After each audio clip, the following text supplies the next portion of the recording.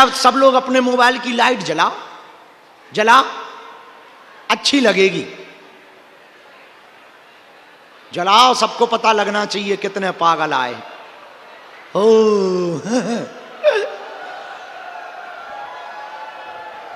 पीछे वाले तुम भी जला लो।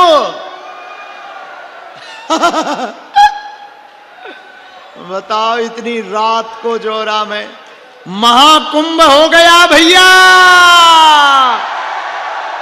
इसी को तो जोरा कहते हैं। हाँ, जितने यहां पर हैं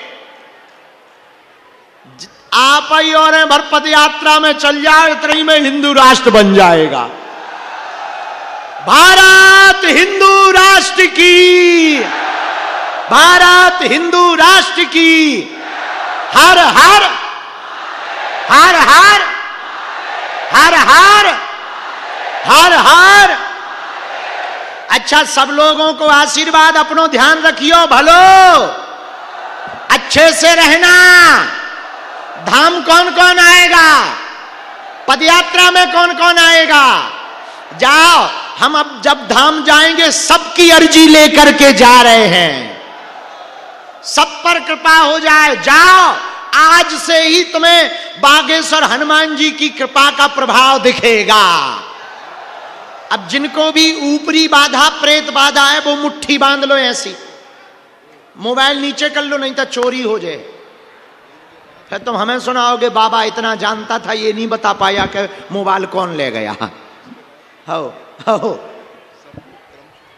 जिनको ऊपरी बाधा है वो मुट्ठी बांध लो, प्रेत बाधा, नकारात्मक ऊर्जा, तंत्र मंत्र वाले।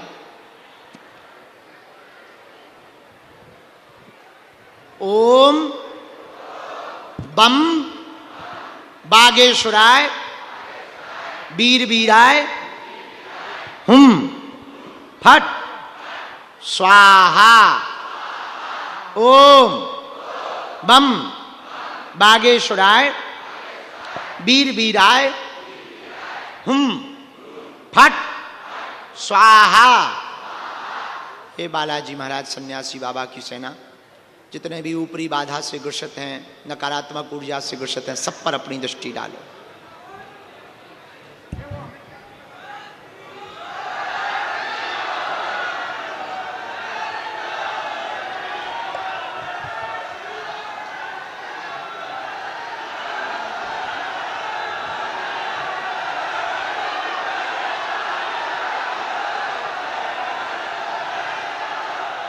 जय श्री राम, जय श्री राम।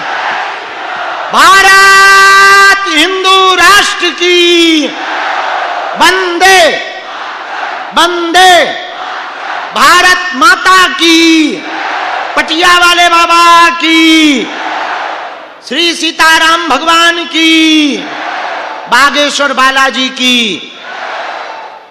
दोनों हाथों से मल के शरीर में लगा लो। जो ये दिव्यांग भी हैं, यहाँ एक दो गंभीर भी हैं, उनको आगे कर लेना, हम इन्हें भभूति दे देते हैं। वहाँ कोने पे कर दो, हाँ वहाँ कोने पे हम उन्हें भभूति दे देंगे। है ठटरी के बरे, हाँ बक मूसा चंदा। कैसे हो, ठीक है?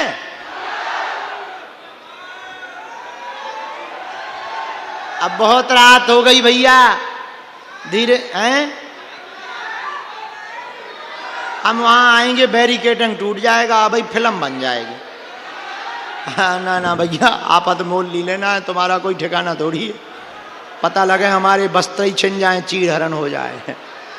आओ यहीं से आशीर्वाद ले लो। आप और आ जाओ, आप उनकी पटकी रह गई थी डालना। इधर आ, हाँ इधर आ, आने दो उसको। ना क्या पुलिस वाले भाई साहब आने दो, यही जो नाक रहा है। तो रुक जा, हाँ एक जने पुलिस वाले भाई साहब पकड़ के ले आओ, ये ले आओ, आजा यहीं से नाक के आजा, यहीं से सामने से।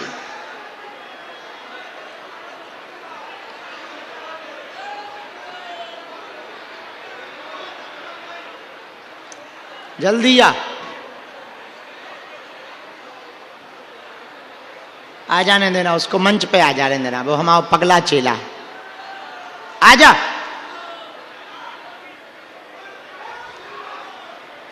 आने दो, आने दो, आजा आजा, इधर आ, इधर ऊपर आ जा। खुश रहो चेले,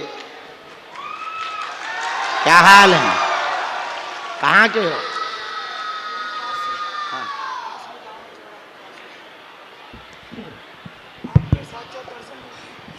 हनुमान जी की कृपा बनी रहे। तुम मुंह भर वो बंद कर दो, सुधर जाओ थोड़ा, उपद्रव छोड़ दो, आज से ही सुधर जा, नौटंकी बंद कर दे, जा सफल हो जा, बालाजी दया कर दे। बहुत अच्छे बच्चा है, खुश रहो। पद यात्रा में चलियो, आऊंगा, पक्का आऊंगा। हाँ पूरी टीम लेके, टीम लेके अपनी पूरी। हाँ खुश रहो, खुश रहो, आशीर्वाद।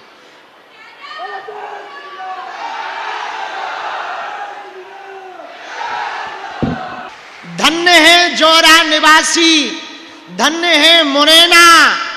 एक तरफ जहां राम का विरोध करने वाले तमिलनाडु में कुछ ठटरी के बड़े नक्कटा राम जी के विग्रह को जला रहे, वहीं जोरा में राम नाम का ध्वज लहराया जा रहा है। उसको देखकर हमको बहुत प्रसन्नता हुई।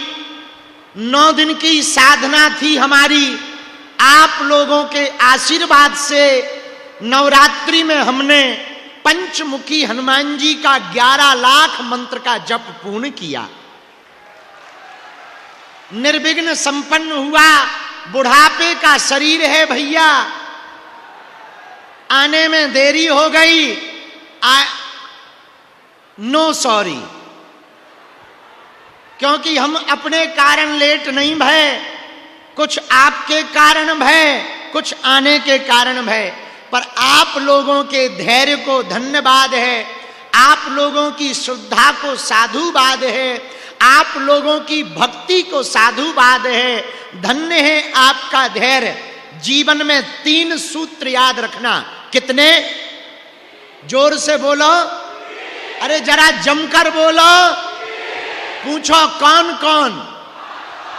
प्रतीक्षा, परीक्षा और समीक्षा।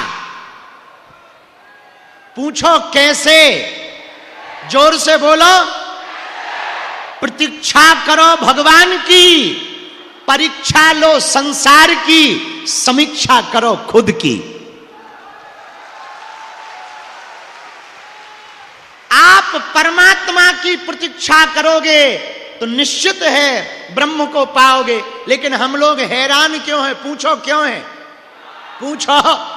परीक्षा ले रहे भगवान की, हे बब्बाजू ब्याह हो जाए 5 किलो लड्डू चढ़ा भी, ना होए हनुमान जी है ही नहीं है, नक कटा।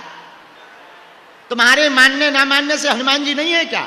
हम लोग परीक्षा भगवान की लेते हैं, प्रतीक्षा संसार की करते हैं और समीक्षा पड़ोसी की करते हैं, इसलिए परेशान हैं। उपचार क्या है? पूछो उपाय क्या है? जोरा बालो, परीक्षा लो संसार की, प्रतीक्षा करो परमात्मा की और समीक्षा करो स्वयं की। जीवन के सब रास्ते खुलने लगेंगे। हमको आज पहली बार जोरा आने का सौभाग्य मिला। हमारे बड़े ही प्रिय माहेश्वरी परिवार अपने पितरों के निमित्त बैकुंठ उत्सव और कल्याण उत्सव करवा रहे। बहुत से लोगों को यह पता नहीं होगा कि बैकुंठ उत्सव क्या है। जीव की सदगति की यात्रा पितृ के बाद जब बैकुंठ धाम श्री हरि के लिए की जाती है, उनका जब उत्सव मनाया जाता है उसको बैकुंठ उत्सव कहा जाता है।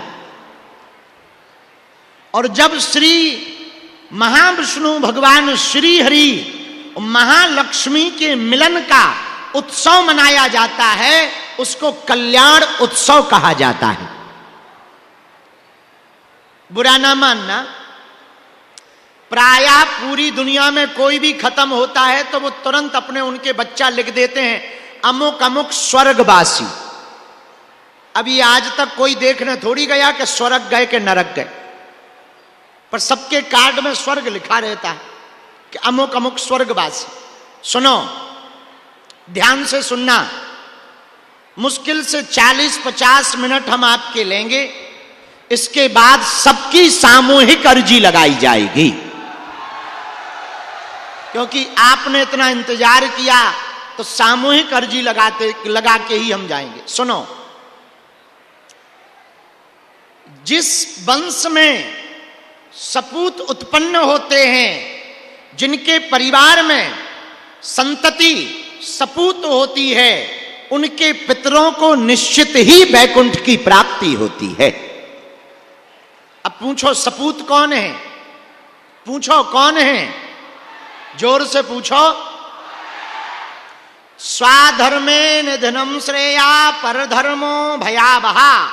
जो स्वाधर्म में जीना जानते हैं, धर्म का मतलब घंटी बजाना, तिलक लगाना या पूजा करना नहीं है। धर्म का मतलब मानव की सेवा करना, दीनों पर दया करना, दीनों को गले लगाना, निर्धन का सहयोग करना, भूखे को भोजन खिलाना, प्यासे को पानी पिलाना और अधर्म के खिलाफ आवाज उठाना, ये धर्म है। कुछ लोगों ने पूजा पाठ को ही धर्म मान लिया। जोरा वाले पागलों, बुरा ना मानना, जो केवल पूजा पाठ को धर्म मानते हैं वो धर्म नहीं है। पूजा पाठ कर्म कांड है, पद्धति है, लेकिन अधर्म के खिलाफ आवाज उठाना ही धर्म है। ये हम नहीं कह रहे, भगवान श्री कृष्ण ने गीता में कहा।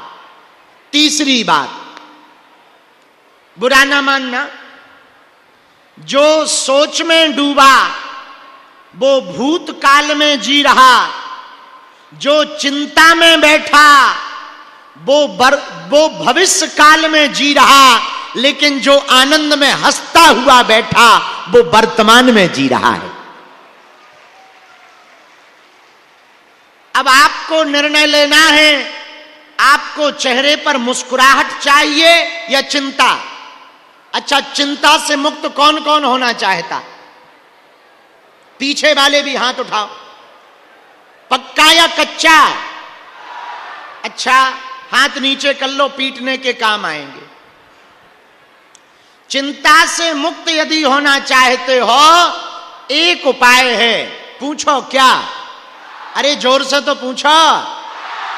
यदि आप चिंता से मुक्त होना चाहते, यदि आप अपने घर में शांति चाहते, यदि आप अपने जीवन में प्रसन्नता चाहते, यदि आप अपने जीवन में आनंद चाहते, यदि तुम चिंता से मुक्त होकर मुस्कुराना चाहते, यदि स्वतंत्र होकर के जीना चाहते, हमारे 2 मंत्र तुम नोट कर लो, तुम्हारी जिंदगी ना बदल जाए तो कहना भैया, हनुमान जी को साक्षी मानकर हम कह रहे हैं।